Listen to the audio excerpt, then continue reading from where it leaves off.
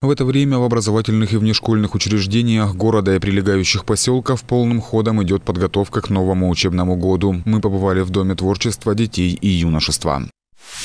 Как провести внеурочное время с пользой, знают в Доме творчества детей и юношества. Сейчас учреждения на летних каникулах. Здесь уже подготовились к новому учебному году. В Доме творчества детей и юношества завершили ремонтные работы. На средства из государственного бюджета в учреждении отремонтировали кровлю, которая с прошлого года начала протекать. Нам заменили шифер, заменили балки некоторых, которые уже были прогнившие, рубероид. Подрядчики также привели в порядок и систему отопления. По отоплению нам заменили большое количество труб, это 290 метров. Радиаторы промыли полностью систему. Радиаторы остались наши, но их промыли, прочистили, проверили, и все в рабочем состоянии.